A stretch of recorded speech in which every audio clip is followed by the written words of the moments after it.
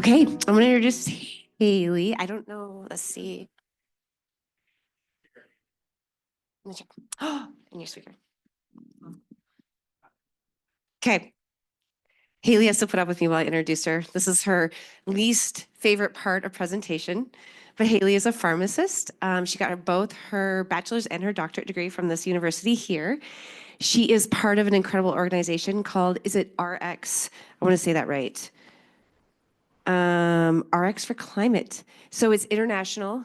A group of pharmacists got together, recognized that the pharmaceutical world also contributes to greenhouse gas emissions and making our patients sick. So they have developed ways that medicine can decrease the effect of that through the pharmacological piece of it, which I think is amazing. And then Haley teaches here as a professor for the pharmacological department, pharmacy department, pharmacy practice, but a very incredible, motivated woman. So we're lucky to have you. Thank you. Glad to be here and to present on pharmaceutical problems in a changing climate, which as I was thinking about this, I was like, I could talk about this. We could have a whole day talking about this, and I get an hour, so it's going to be a little bit of a wild ride, but stick with me here because we're going to talk through environmental sustainability, some adaptation, and just get into action as well. So financial disclosures, I have no conflicts of interest to disclose. I have yet to become important enough to be bought off by the pharmaceutical companies. And non-financial, I am a board member of Montana Health Professionals for a Healthy Climate, great organization, just saying, and also co-founder of RX for Climate. Don't receive any financial compensation for these activities. A reiteration, our land acknowledgement, do want to acknowledge and honor the past generations of Salish, Kalispel, and other Indigenous peoples who've been on this land and who have shown us how we should be caring for this place for generations to come. So in brief, what are we going to talk about? We're going to talk about how drugs impact climate change and the environment more broadly. We're going to talk about how climate change impacts drugs and the pharmaceutical use cycle and patients who are using medications, et cetera. And we're going to talk about how people who work with drugs or use drugs, AKA all of us, whether we are prescribers, pharmacists, people administering drugs, or the consumers of drugs ourselves, what we can do about these different issues. So the thing I start off talking about is just, we're very used to thinking about medications, the medications sitting in front of us, the prescription pad in front of us, the prescription order we're verifying, whatever it might be. We know that it's an essential part of our healthcare ecosystem, but often we don't think about what that massive volume of medications that goes through our global healthcare system. 2020 estimate was 4.5 trillion doses of just prescription medication. So that doesn't capture OTCs, supplements, things like that. We don't think about what's happening upstream, and we also don't think about where those things go once they leave the pharmacy, once they leave the hospital, whatever it might be. So I want to zoom out and think a little bit more about what's going on there. So if we think about the pharmaceutical life cycle and we think primordial cradle to grave, and we look at everything across the board, we think about everything that goes into research and development. We know that at the very basic phase, it takes like 10 to 15 years for the average drug to be developed. Along the course of that, it's something like 14.5 million megatons of CO2 equivalents that are generated through that. And only about 10-ish% of those drugs go on to actually be approved in the market. So if we make it through this phase here, we go on and we get into the manufacturing phase, where we have our manufacture of active pharmaceutical ingredients, those raw ingredients, ultimately get packaged up in their powders, solutions, whatever it might be, into that finished product that we're used to seeing in front of us. That gets transferred to wholesale distributors, distributed to pharmacies, sometimes in hospitals. Sometimes those drugs expire and we send them back. We dispense them out to patients, and then we have all the patient travel, all of the shipping, if it's a mail order pharmacy, whatever it might be, and the ultimate disposal to the grave. And all of this is this very, very global system, right? We have tons of our drugs, which I'll talk about in a little bit, that are made on the other side of the world. So we're not just talking about the manufacturing processes themselves and the very, very intensive resource, energy processes that go into this, but also just the shipping. So let's zoom in on this and just talk about this a little bit and think about these steps here. All of these, as I said, very, very greenhouse gas intensive. They did a study back in 2019 and found we think about the auto manufacturing industry as being extremely resource and greenhouse gas intensive. Pharmaceutical industry was estimated to be about 55% higher than the auto manufacturing industry, just to give context and comparison across. So we look at the healthcare system overall. You all are probably like fairly familiar with the statistic that came out from Healthcare Without Harm's report saying healthcare, if it was united as one country, it would be the 5th largest emitter in the world behind China, United States, India, and Russia. And if we break that down and we look at what's contributing to those, in high-income countries, we often find that pharmaceuticals make up somewhere between 20 to 30% of the overall footprint in those high-income countries. Global average is something more like 10%, maybe. It's much, much lower in lower income settings with fewer resources allocated. And with this, we think about a lot of things. You see the USA here, and you might think, oh, well, we're doing better than these other countries. That's actually not true. This came from a report where we did not include inhalers in that report. So we're missing those propellants from those very potent greenhouse gases in propellants in this. So we're actually probably right in line with all of these other countries here when we look at comparisons across. So big problem. Or we have a massive, like the pharmacy profession and anybody who uses medication should be paying attention to this as an important contributor. We can do all we want to convert to renewable energy sources and become more energy efficient, work on our food systems and everything else, but we really need to pay attention to medications as well.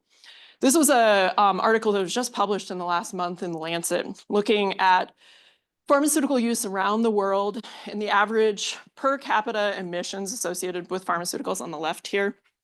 And you can see, as expected, a lot of inequities around the globe in terms of how many resources are consumed. We can see the United States and Australia being outliers here. And a lot of other countries in the world with much, much lower greenhouse gas emissions associated with their pharmaceutical use, coinciding with, if we think about all of these countries, these are the ones that also struggle with consistent access to quality, essential medications as well. So it's kind of this double hit of inequities, and that these countries are disproportionately impacted by climate change, lower access to medications, and they are not the ones using those resources, right? The story we hear all the time. What have been the trends since 1995? So 1995 on, we've seen an increase in our overall pharmaceutical associated greenhouse gas emissions, driven primarily by the United States here in the purple and China in the peach here. So the rest has remained relatively stable. We have some super consumers, including us. I talk about greenhouse gas emissions, but I have a hard time talking about this without also talking about the other side of the coin, or the downstream impacts as well. So we talk, and often people talk about this more so than they talk about greenhouse gas emissions associated with pharmaceutical use. Global pharmaceutical pollution, pharmaceuticals in our waterways, in our soil systems, being really, really important for us to consider as the downstream impacts of our use. So this was a study of over 1,000 sampling sites all over the world. They looked at rivers and freshwater sources, very, very remote streams to metropolitan areas, and they found detectable levels of pharmaceuticals on every continent, including Antarctica. And not only were they detectable, but over 25% of those samples were at a concentration that was known to either A, be a risk to ecosystems, harmful to fish or other aquatic life, and or B, at a concentration of concern for selecting for antimicrobial resistance. So kind of that sweet spot where it's just a low concentration, it's helping select for the bugs that are resistant to those drugs. And what do we know about this? Well, we know that the risks to the ecosystems have been fairly well studied in terms of individual organisms. We know that hormones in our water that are very, very common. We have tons of estrogen from oral contraceptives that end up in our waterways, and those cause reproductive changes in a lot of different species. Have changes in behavior, predation, predator avoidance types behaviors. We see that with like fluoxetine in the environment, where fish are very, very chilled out, but so chilled out that they don't want to eat or avoid predators. Neurotoxicity, endocrine dysfunction. And when they study this in like broader ecosystem terms, what does this mean in terms of accumulation across the, the food chain? Or what does this do in terms of disruption of smaller ecosystems? We actually see that it has a major impact. So it's not like, oh, so what? It's one fish species that, doesn't avoid predators as well. It can lead to kind of broad ripple effects within ecosystems that we still don't totally understand. In terms of effects on humans, what do we know about that? Well, we know that it's very, very low level exposure. They do estimates where it's like you could drink 5 gallons a day for a decade and you wouldn't consume the equivalent of 1 dose of hydrochlorothiazide or something like that. So in terms of like our individual exposure, usually very, very low. There are exceptions, particularly in other parts of the world, where we do see relatively high levels of exposure in certain areas, particularly like manufacturing centers. But we also have inadequate data on maybe what these low-level chronic exposures are doing to people who might be more sensitive to those effects, kids, pregnant people, older adults, things like that. So we don't know enough about that. And I also think that we don't necessarily appreciate the risks of these pharmaceuticals in the environment in terms of antimicrobial resistance as well. So antimicrobial resistance, yet another, we have AI, climate change, and antimicrobial resistance chasing us down, something like 50 million people at risk of death in the next century if we do not change course and have new antibiotics and or change the way we use our antibiotics. So we think about everything, all of the different sources of medications that we use. You might be really familiar with like everything in the inpatient setting, and we can quantify some of that. We know that in the outpatient setting in the world of pharmacies and people visiting pharmacies, it's estimated in the United States, 13 billion trips to a pharmacy every single year. So think about the emissions associated with that drive, that trip. We dispense about 5 billion prescription medications every single year.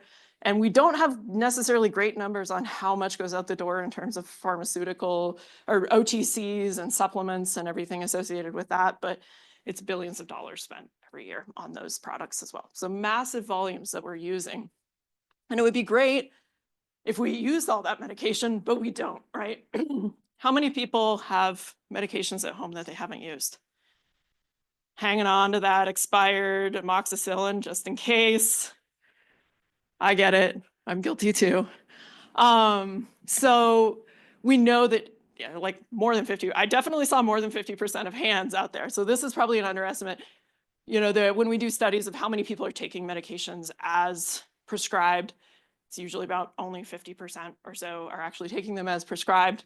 We know there are a lot of different contributing factors in the outpatient world in the way that we prescribe drugs, in the medication burden that an individual might have, in terms of how that feeds into adherence to certain medication regimens, medication hoarding in the context of people maybe not being able to afford their medications. This is very common. As many as 1 in 4 people report that they don't take their medications due to cost. Expiration dates, we know that I'm going to be the pharmacist. This is not my professional advice, but expiration dates are bogus, and we know that. But my professional advice is follow the expiration date for liability reasons. So we know that expiration dates are bogus, but we'll throw them out anyway, right? Because we're not really sure. We have direct-to-consumer advertising that convinces us we need that product. And we have suboptimal patient education in terms of maybe how patients should be taking them, or what medication is actually right for them, or whatever it might be. And so it turns into this issue of health equity in the context of waste, not only in our country, but if we think globally, access to medications, as well as just this massive quantity of waste on the outpatient side. On the inpatient side, we're not much better. So total volume of drug wasted in this setting is not well quantified. But if you look at individual studies, you'll look at and find 40% of injectables in places like the ED and in critical care get wasted on a by volume basis. And those numbers will go up to like 80% depending on the drug. We know that $3 billion worth of oncology medication gets wasted annually. And we often look at this in the context of financial terms rather than environmental consequences of this waste. $2 billion in waste of unexpired medications in long-term care. So we're just throwing them out. They're inexpensive, no big deal. We're worried about maybe them not being stable or they've been sitting in a patient's room for however long. We get rid of them instead of reevaluating how we should be redispensing or reusing these medications. Drivers here include inefficient inventory management, us like maybe over ordering in anticipation of drug shortages. We know that that's a constant battle for pharmacists right now. Product expiration, where product goes out of date. We know it's probably still fine, but we're getting rid of it anyway. Inventory loss during distribution. This is a common story of, well, we tubed up the insulin pen to nursing on the 4th floor and it ended up on the 3rd floor and now nobody can find it. Drug preparation and dispensing practices. That's where oncology waste often happens, where we are preparing IV solution for oncology medications. And actually this is, something that pharmaceutical companies have been called out for, and that they deliberately package slightly more medication in that vial than we know is the common dose requirement. And so we're consistently wasting that medication. There have been reforms in that area, but we're still wasting there. Vial sizes, clinical utilization patterns, where maybe we have consistently 100 ml vial of propofol that we're using, and almost all the time we're only using about half of it, and just discarding the other half. There are all sorts of drivers here. Ultimately, if we look, whether it's inpatient or outpatient, we have lots of waste. All of that ultimately ends up in our environment somewhere, right? The bad news is, because I'm going to be Sally Sunshine here today, the bad news is even if we did everything perfect and patients took their medications, the way that drugs are designed right now, often they're not very well absorbed, or the way that they are absorbed, they're just excreted again through the kidneys or in the feces in unchanged form or as active metabolites, end up right in our toilets and in our waterways that way. So even if we do things perfectly, but at least we're getting the therapeutic effect here, and we're getting, some good out of the drugs. If we waste it, it ends up in the environment somewhere. We have active pharmaceutical ingredients, or APIs, in our waterways and our soils. There are also other important sources like agricultural runoff, manufacturing emissions, but we're going to focus on clinical care here. So we kind of have primary pathways for unused drugs. Unused drugs coming out of like an inpatient setting, or if we do drug take-back events, patients bring their drugs back to a pharmacy. That will end up in an incinerator pathway, and that's great. That keeps pharmaceuticals out of the environment, but it also results in air pollution and emissions associated with transport. There's an interesting study that was done that compared this pathway to trashing medications, where the medications end up in the landfill, and flushing medications, where they end up in wastewater treatment plant and end up ultimately not being very efficiently filtered out of our water. That's not something that's regulated by drinking water standards in the United States, and it's something that a lot of our processes will remove at 50% efficiency or less. So even if it does go into wastewater treatment, it's not efficient. But when they've compared these different methods, they've actually said, hey, maybe this is not good, because we get production of ozone, production of particulate matter. We have the greenhouse gas emissions associated with these high heat processes, all of this. And that actually, again, maybe this is not the professional mantra, but actually maybe throwing medications in trash, where we have some lining in the landfill keeping medications from going into the groundwater, might be the least lowest environmental impact when we think about kind of the unintended downstream consequences. But we do keep medications out of the waterway if we do this. Again, there's kind of like no such thing as a free lunch if we do waste medications, which highlights the importance of us getting better at reducing waste. So if we zoom out, like I said, we took you on a really fun tour of the pharmaceutical life cycle, cradle to grave. Upstream, we have all these greenhouse gas emissions. Downstream, we have sad fish. And we need to be thoughtful about how we use pharmaceuticals and think about them like they're absolutely essential in our clinical care, right? But we should be treating them more as like kind of precious resources, right? That everything that goes into them all of the potential harms of them entering the environment. You know, how many people have just tossed an acetaminophen tablet because like no big deal, it's just a tablet of Tylenol, and now maybe we should view these things a little bit differently. I talk about this in just like the broad context of planetary health and the way that our pharmaceuticals are used, thinking about all these things that I just talked about, everything from the greenhouse gas emissions to the implications in health equity and even environmental justice, because we know pharmaceutical pollution disproportionately impacts low to middle income countries, lower income communities. The emissions from medical waste incineration often end up in lower income areas, majority minority communities. We know that people are not receiving medications equitably around the world. There are all sorts of things that we should be thinking about in this.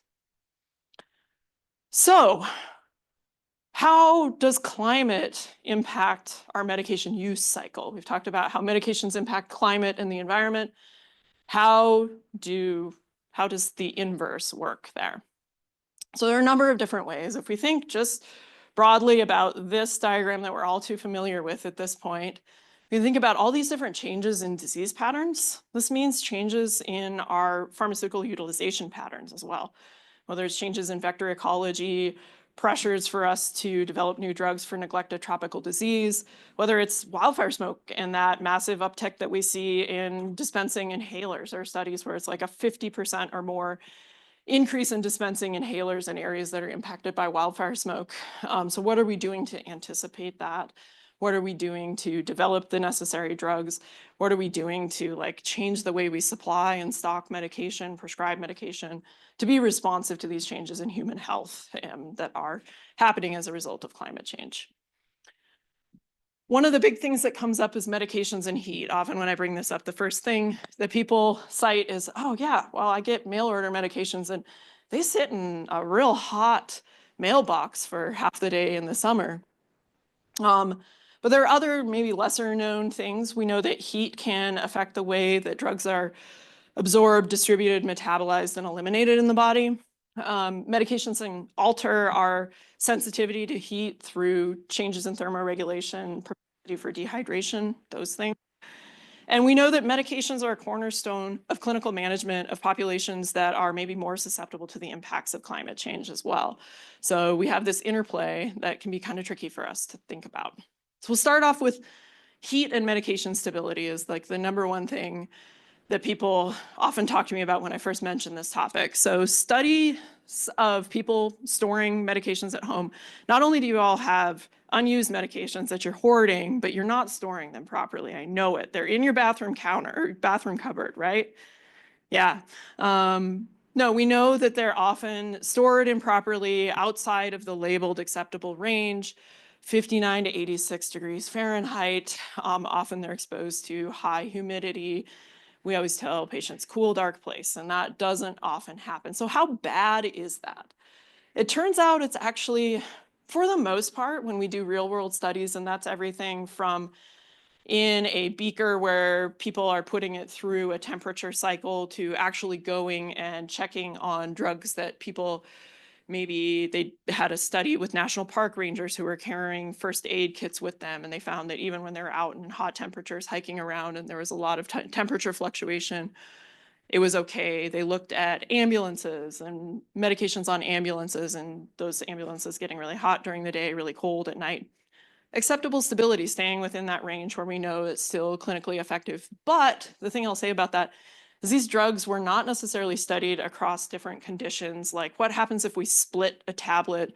What happens if we open a vial or a pen? Or what happens if we have like bubble packing or something like that? We don't necessarily have good studies around that.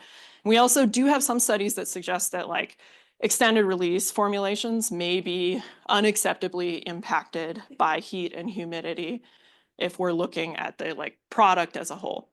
Products of greatest concern that come up are refrigerated medications like insulin, biologics, vaccines, and we also have emergency medications like epinephrine and naloxone that we definitely want to work when we want them to work, and so we need to be really careful about that.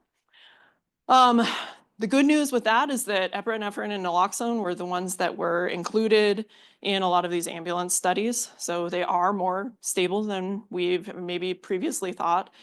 Insulin, also, there was a recent Cochrane review that they found that insulin is more stable in unopened vials and unopened pens than we've previously thought, up to months at temperatures. They even looked in like tropical climates as kind of like a global health type study, found that insulin stored in like a clay pot out of the sun was acceptably stable for months in those settings. So some of our preconceived notions about like, oh gosh, we've got to keep the insulin perfectly cold, turns out it's not true. But as we see an uptick in our biologics and our Ozempic and those sorts of things, as we need to think about our cold chain for vaccines, all of that, those definitely are drugs that we need to be aware of. It's also important for us to think about how heat impacts medical devices, our delivery devices, or other things that are essential for patient care. So inhalers are sensitive to heat.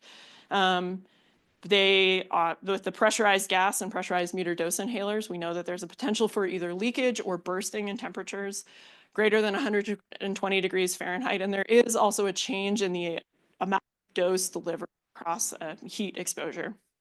So whether that's clinically significant, probably not, but we don't know enough. We haven't done clinical studies to see. Dry powder inhalers, not so much susceptible to effects of heat in terms of their delivery mechanism, but humidity definitely can cause powder to clump and for us to not get the same deposition into the lungs that we would normally anticipate from that device.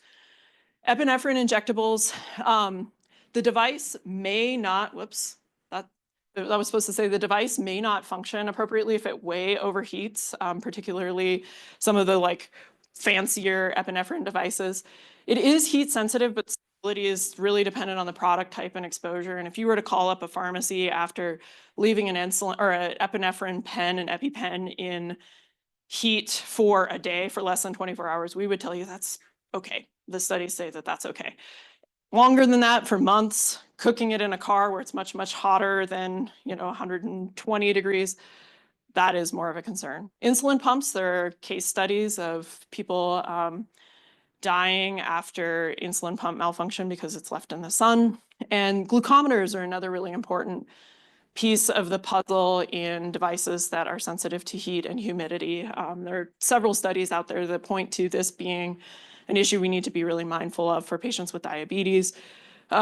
So even just in short-term exposure with glucometers and test strips, they found that erroneous results ranged up to 33 milligrams per deciliter above control values. So for people who are maybe not managing diabetes on a daily basis, that's very definitely clinically significant if you have somebody dosing their insulin based off of that range and they're saying, hey, I'm going to give myself extra insulin, my blood glucose is that high, when it's really not. We know that medications impact thermoregulation. There are a lot of different classes of medication and a lot of different ways that those medications will impact thermoregulation. So we know our normal homeostatic mechanisms to say, hey, we're too hot, we need to cool down. We have our brain saying, uh-oh, we can do behavioral things. We can get out of the sun, we can go seek shade, we can go drink water, we can do those things. We start sweating, we get peripheral vasodilation to help get rid of the heat at the surface. And those things help cool us off. But those things also mean that we're losing fluids, and it means that we have changes in our blood flow to our central organs. So if we have changes, some medications like antipsychotics, anticholinergic stimulants will change the way that our brains perceive heat. We may have drugs that cause sedation, cognitive impairment, anticonvulsants, opioids, alcohol. This is another thing in the topic of substance use and substance use disorder.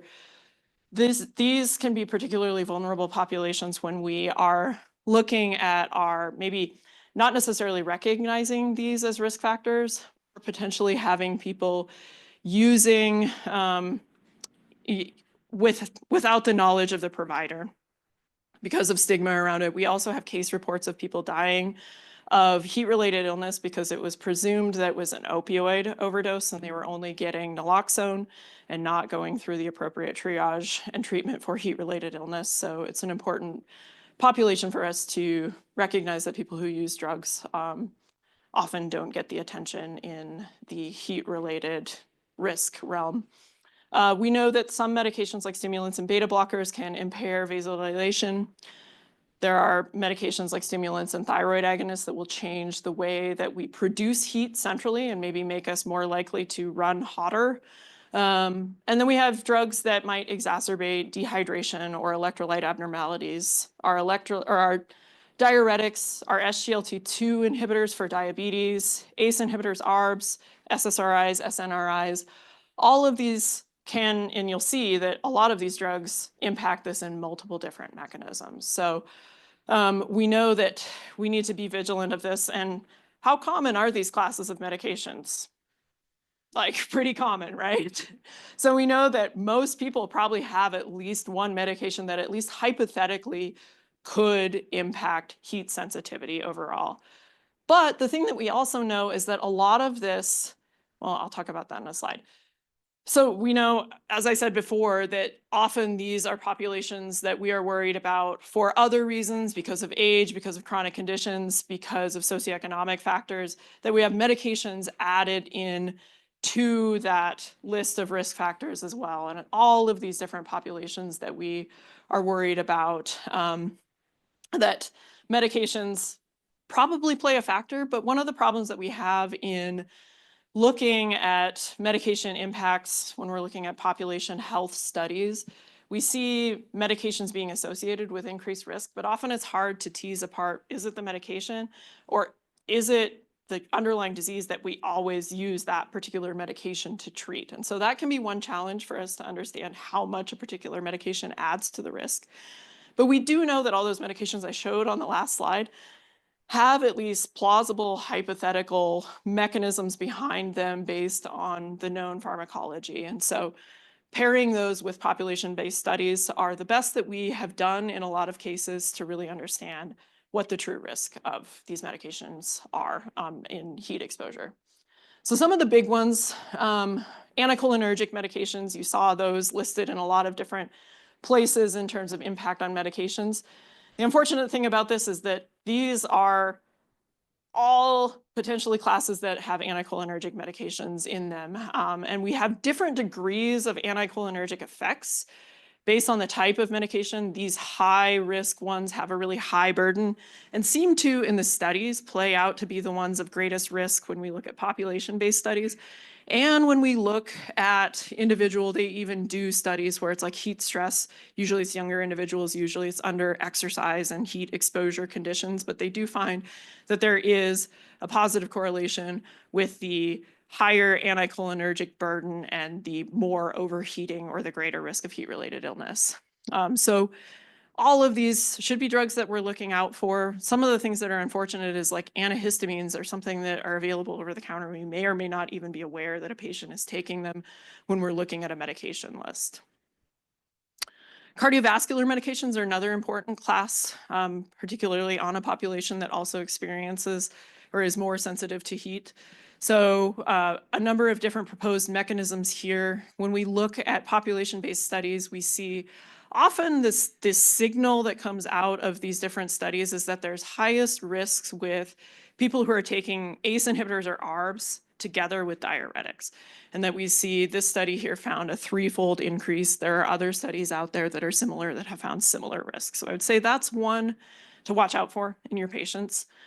The other one that was interesting, this was a relatively recent study that they looked at a German myocardial infarction registry at the data, and they found that there was a risk of heat-related MI that might be modified by the use of medications, particularly antiplatelets and beta blockers, which are like the cornerstone of therapy, right? That people might have a greater risk of mortality with MI during heat events if they were using these medications, particularly in younger patients, the 25 to 59-year-old population. Older adults, really important. They're more likely to have polypharmacy. They're more likely to have multiple chronic conditions. And when we've done studies looking at, this was a set of Medicare data. They looked at adults over the age of 64 or 65, looked at summer months, throughout the summer months, not even just isolated to extreme heat events. And they found that people who are taking ACE inhibitors, ARBs, anticholinergics, antipsychotics, and loop diuretics had higher risk of heat-related hospitalizations, even in the absence of what they defined as being extreme heat events. So the other thing I guess I would say from this is we might recognize or underappreciate the risk in older adults who are taking these medications. A lot of the studies, we isolate that to like only the hottest of the hot days, 95th percentile or more, when really when we look at across the summer months, these may actually increase sensitivity more than we've previously thought. Levothyroxine is a sneaky one for older adults. We know that often their requirements for thyroid treatment are lower and that our targeted TSH levels for treatment should be probably lower as well. And when they study this in a broader population, it seems to be that they have a higher risk of hyperthermia leading to ED presentation and hospitalization if they're taking levothyroxine, particularly in new starts. And polypharmacy, just independently, when they've done studies of people in long-term care facilities, they found that as just an additional risk factor for dehydration, not even looking at individual medication classes. So knowing the medication burden, the other underlying sensitivities of older adults, we should be aware of these medications in that population. Heat and pharmacokinetics is another interesting one. We have varying data behind this, but some things to look out for is that we know that increased vasodilation and skin perfusion will increase the absorption of topical transdermal medications and subcutaneous medications. There might also be increased sweating that causes issues with transdermal patches. People with fentanyl patches, there have been definitely case reports of people sweating those off and losing those. Can be an issue. Distribution, in theory, we have dehydration leading to altered volume of distribution of certain medications that can increase the risk. And it can also potentially change the metabolism and elimination of drugs, although we have varying data around how that might work. But the one that I'll call out here, very definitely we have pretty good data on fentanyl patches as being a risky drug. But the one that's really interesting to me is there's recent data on subcutaneous absorption of insulin. That's one that we've had kind of as a hypothetical thing to flag, but we didn't really necessarily know the clinical significance of that. This is a study that came out in last year where they looked at population risk in populations in the United States and Taiwan, and they found that the odds of serious hypoglycemic events in people who used insulin was about 40% higher on days where the heat index was over the 99th percentile versus those that were in the more moderate range. So it seems to be playing out that it's not just this hypothetical mechanism that in theory, if we have greater cutaneous vasodilation, we have increased insulin absorption, and it puts people at higher risk for hypoglycemia. I will say that we don't necessarily capture here the potential risks of, as I said, storing your glucometer improperly, and maybe there's some error happening here if people are getting erroneous results on their glucometer. It could be some error in the way that people eat during heat wave. Maybe they're less hungry, those sorts of things. But overall, we do seem to have a plausible mechanism that's bearing out overall in insulin risk. Also interesting, we think about heat. There are some studies that suggest that maybe there's an environmental interaction with particulate matter and air pollution in the way that we not only potentially metabolize drugs. Those studies are primarily in animal models where we know that systemic inflammation and alterations in drug metabolizing enzymes will happen as a result of exposure to air pollution. But we also have epidemiologic studies that have found an additive interaction between exposure to particulate matter and corticosteroid use, increasing the risk of cardiovascular and thromboembolic events, and an additive interaction between particulate matter and anticoagulation, increasing the risk of bleeding events. Those are just early studies, not something that would really necessarily guide clinical decision-making, but something to be aware of. We also know that there are systemic vulnerabilities and disruptions to medication access. We have this very, very global supply chain that we need to think about.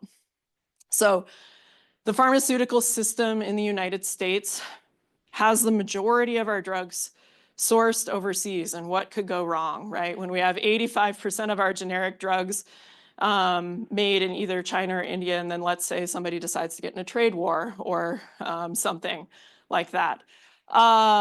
Or just thinking about all the vulnerabilities that might happen. I have another map that is not in this presentation that shows where there are pharmaceutical manufacturing hubs in India and in China that are very, very vulnerable to heat-related power outages, to cyclones, to other disasters. We're taking out one really critical component of our drug manufacture for essential medications could have global ramifications. And we do have examples of that happening, where there was an example of one factory in China that made almost all of the world's Zosyn that had a malfunction, and it turned into a global shortage event just because we weren't tracking where our drugs were coming from, and we weren't being mindful of what that global supply chain meant for potential vulnerabilities and availability to medications. We know also we think about disasters, and we think about how that might impact access to medications, whether it's the disruption to the facility itself and the way that they might be able to receive medications or distribute it within the facility. What if the facility goes away entirely or people have to evacuate? How do they get their medications? That's definitely an issue. We saw in 2017 when Hurricane Maria rolled through, we had massive IV fluid shortages across the United States because that was a primary manufacturing center for IV fluids. And that was just the prequel to the worst sequel ever, which is that it happened again with Hurricane Helene, where we had over 60% of our IV fluids being manufactured just in this one facility in North Carolina that ultimately was taken out by Hurricane Helene. And that has just, like, the ripple effects of that have maybe just now been dying down. We had tons of rationing of fluids, potential issues in delivery of care, delay of surgery, all sorts of things that happened as a result of that. Again, as a result of us not necessarily having good redundancy in our supply chains and making good predictions of the vulnerability of different facilities. We also know that there are risks associated with even short-term disruptions to essential medications, whether that's insulin or anti-epileptics or you name it, those life-saving medications, that it's really, really critical, even if a couple doses are missed, can be really problematic. And when we think about delays to access to essential treatments like oncology, we see increased mortality there in the wake of disaster events. 19% increased higher mortality in non-small cell lung cancer patients after a FEMA-declared hurricanes, and a 14% increase in mortality in breast cancer patients diagnosed before Hurricane Katrina in affected counties.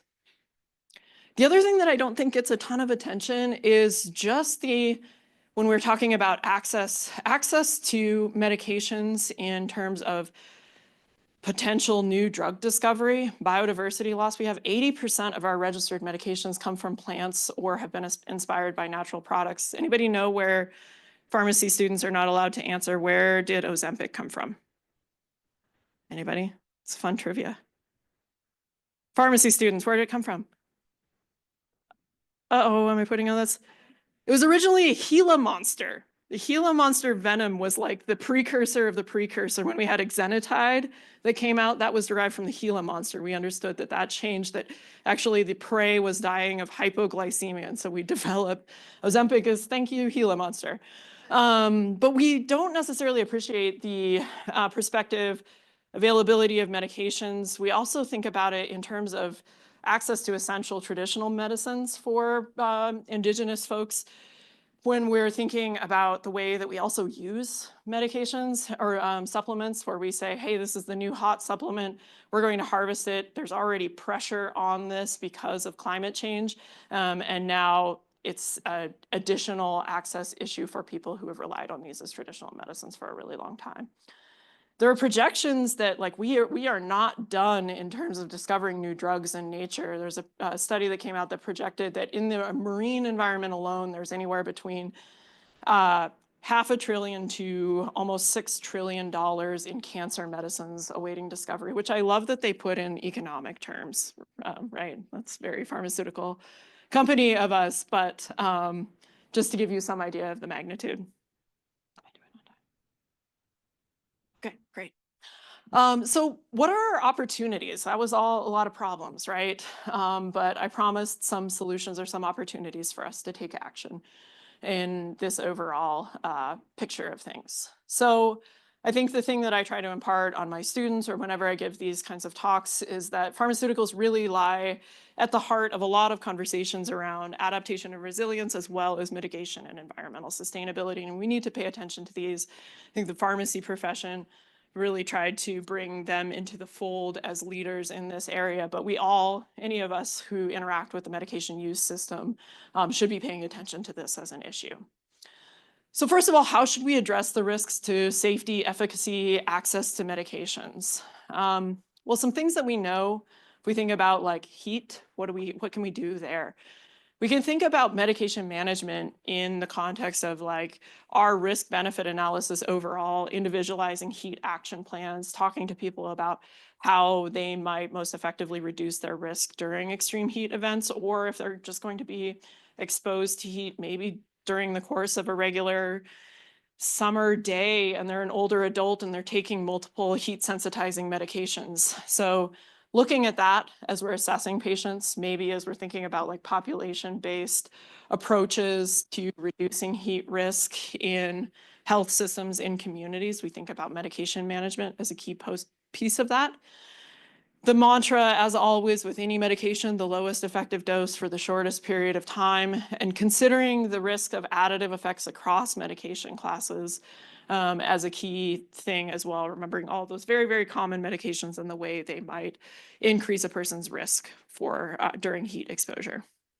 If it's practical at all, avoiding initiation or dose increases of medications that are known to affect thermoregulation, either just before or during hot weather. So don't start somebody on a new high-dose diuretic if you can avoid it during hot weather. Maybe wait until after that happens, and have a proactive, individualized plan to avoid dehydration, especially in those taking diuretics, remembering that that was one class that kind of seems to have a consistent signal in our population studies, as well as a really plausible mechanism for the way that it potentially harms individuals. This is something also that we've seen guidance around patients can use. Not only there's the urine chart, but more importantly, potentially using daily weights as a way to monitor their hydration status. The other thing, there are studies that have shown that patients who have empiric potassium as a way to avoid electrolyte complications of loop diuretics do better during heat waves as well. So paying attention to electrolyte abnormalities can be important. All of these things, though, these are not, we have not had clinical studies that have said one ACE inhibitor is better than another, or this diuretic is better than this diuretic, or anything like that. We have to use these tools for patients. These are essential. So it's a lot of this at this point is left up to our own clinical judgment. So I think that, the bottom line here is be aware, use your best judgment, monitor patients, give them education and the tools so they know how to monitor for themselves what those risks might be. And in the cases of things like medication storage, keeping medications in a cool, dry place, but also understanding that it might not be as critical as the labeling would suggest for keeping medications in that narrow temperature range. Thinking about keeping extra medication on hand, especially if it's an essential medication. If somebody is particularly in a high-risk wildfire area, but really everybody should have a week or more additional medication on hand. Mail order pharmacies paying attention to deliveries, not letting your medications cook in the mailbox. Although, again, if that did happen, my coaching for anybody who's trying to navigate that situation is call your pharmacy and talk to them. They'll be able to look it up. We call manufacturers all the time to ask them, hey, what sort of unpublished studies you have around stability of these medications? What should I tell this patient about whether or not they need to toss this medication? I do kind of caution against people using ice. Sometimes if you say, keep your medications cool, people assume that needs to be put it in the cooler on ice. And I think that there's probably more risk than benefit for people putting things on ice. If you think about somebody packing their insulin in ice, that risks freezing, which then insulin should not be used after it's frozen. It will mess up the formulation. Or maybe you think about melting ice and somebody's thrown their prescription medication in there and now their tablets are soggy and wet and no good anymore. So insulated coolers like this or bubble packs are probably a better solution for people to keep them adequately cool without worrying about having ice. Or if you did put a cooler pack in there, be cool about, no pun intended, be cool about it. Don't get too wild with packing it with ice. And planning for storage of temperature controlled medications in the case of a power outage are all good counseling points for people in these cases. And then if we think about like heat adaptation, medication management, there are all sorts of things we can do for pharmacists or anybody interacting doing a medication review process. This should be something that we do proactively. It's also something that often these medications are drugs that we should be scrutinizing anyway, particularly in like older adults. We know that that's a population we should really be avoiding using anticholinergic medications anyway for the risks to falls and cognitive impairment and morbidity and mortality more broadly. So there's double the reason for us to scrutinize those medications and try to deprescribe if we can. These would be good places for us to try to put in alerts in pharmacy systems or in an electronic health record to say, hey, here's a high-risk medication, or this patient has a bunch of anticholinergic medications, or whatever it is. Patient education, always an important part of this. Thinking about pharmacists as allies in this process to know that they are seeing patients often on a monthly basis. So they might be the ones you didn't see that patient. You saw that patient in October, and they're not going to remember heat wave if you talk to them. They're not going to think about it, but maybe that pharmacist sees them in June and can talk to them at that point. And thinking about just broader partnerships. I'm using this as a plug, a shameless plug for the pharmacy profession in partnering with us overall in thinking about public health planning, all of those things. There's a updated toolkit, the AmeriCare's Harvard Sea Change Toolkit for Frontline Clinics. It has some resources in here. I was one of the panel that worked together to put together resources, particularly with extreme heat, but also with some of these other things. And there are medication-specific resources there. So if you want to check those out, there's some good tools there for providers, patient education, as well as for healthcare administrators. Again, another shameless plug for pharmacy. I think if anybody here is from rural Montana, you will appreciate how important a pharmacy, a community pharmacy, can be in the overall healthcare ecosystem. This is a map of drive times to pharmacies. So somewhere around 92% of Montanans live within a 30-minute drive of a pharmacy, and shows you just the coverage overall. Many, something like 80% live within 10 minutes of a pharmacy. So thinking about pharmacists as key partners, I won't steal any thunder from two pharmacy students who will present during lightning talks, but pharmacists are willing partners. We've done studies of them and they've said, hey, we would like to get more involved. We recognize this is an issue. We just need pathways. So if you're thinking about adaptation strategies or whatever program, think about pharmacists. We did have some successful implementation. Thank you, Amy, for donating some air filters to us. And we've had some other projects doing air filter distribution out of pharmacies as an access point for pharmacists to say, hey, this patient has asthma or COPD or whatever it is. They're high risk. Let's make sure they have an air filter at home and get them some of these resources. What can we do to minimize the environmental impact of pharmaceutical use? Well, we know that we have Healthcare Without Harms, Countdown to 2050, and all of these different things that we can do to bend the curve to the target trajectory. And they have these high impact actions, including infrastructure and supply chain, circularity, waste management, pharmaceuticals, and improved healthcare quality. I'm going to continue to just give you all the pitch for the pharmacist. So we know that pharmacists getting involved in healthcare teams improves all sorts of different healthcare outcomes and quality. It improves access to testing and screening, catching people early before they need medication, immunizations, adherence, so we're reducing waste. It also reduces medication-related adverse effects, rehospitalizations, readmissions, length of stay. There are tons of data out there to show that pharmacists are really integral in improving healthcare quality. We know we can also think about the way that we use medications, whether we're prescribers, whether we're pharmacists, whether we're consumers, thinking about the very foundation being, let's not use medications. The lowest carbon medication is no medication at all. Or rethinking the way we prescribe medications or dispense medications. Does it need to be a 90-day supply at the outset if we're not sure if that medication is going to work? Probably not if we can prescribe smaller quantities, or thinking about like as needed medications, how we use those. Do we need to give somebody 30 when we really only think they'll use 3.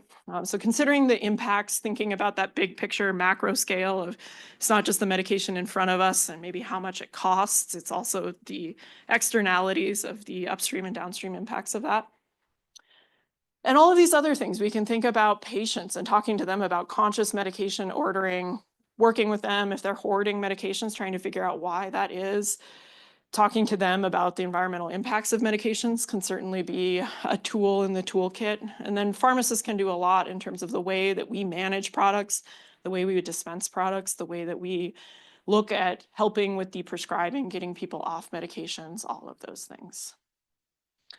Ultimately, there's a push right now to get the World Health Organization definition of the rational use of drugs. This is the non-underlined here is just the verbatim World Health Organization. The rational use of drugs means that we are giving the right patient the right medication for their clinical needs in the right dose, and it should be an adequate period of time with the lowest cost to them and their community. And there's advocacy around like, let's also add in the interconnection of this medication use between people, animals, plants, and their shared environment as well. Why are we not tracking this as a quality measure with pharmaceutical use? The good news is there's actually real movement in the pharmaceutical industry. If you go to pretty much any AstraZeneca, GSK, Novartis, Novo Nordisk, whatever, you will find ESG reports, you will find movement in this direction. And I do have, I guess, like, we can be appropriately skeptical of these claims, but I've heard from people kind of behind the scenes who I think have it on good authority that these are legitimate things. These aren't just like a marketing tactic or greenwashing, that pharmaceutical company is putting good effort into trying to reduce their environmental impact and promote sustainability. The other thing I'll say in terms of trends in pharmacy profession globally is that the International Pharmaceutical Federation has outlined development goals. These were in parallel with the UN Sustainable Development Goals, and these are specific to the pharmacy profession. And they do have one development goal just dedicated to sustainability in pharmacy. And they've lumped in with that, responding to disasters and pandemics as kind of the like climate smart pharmacy more broadly. But they've lumped these things together. And the thing, I had an opportunity to attend their conference and was a speaker there with a panel that I was really impressed with the conversation that was happening around sustainability on a global level. Felt really good about the trends that were happening there. So I'll just wrap this up by saying we know that this is all inextricably linked. We should be thinking about medications in whatever role we have capacity. Climate aware prescribing, use of pharmaceuticals is really, really essential for us to engage with. And the momentum is really positive. There's lots we can do. So a hopeful note to end on, and I guess a call to action for you all is just to keep this in the back of your mind as you're out there in your roles.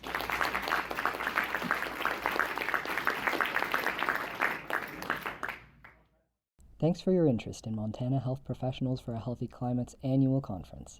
If you'd like to be kept up to date on monthly actions for climate and health in Montana, you can go to montanahphc.org/newsletters to sign up for our monthly newsletter or click the link in the description below.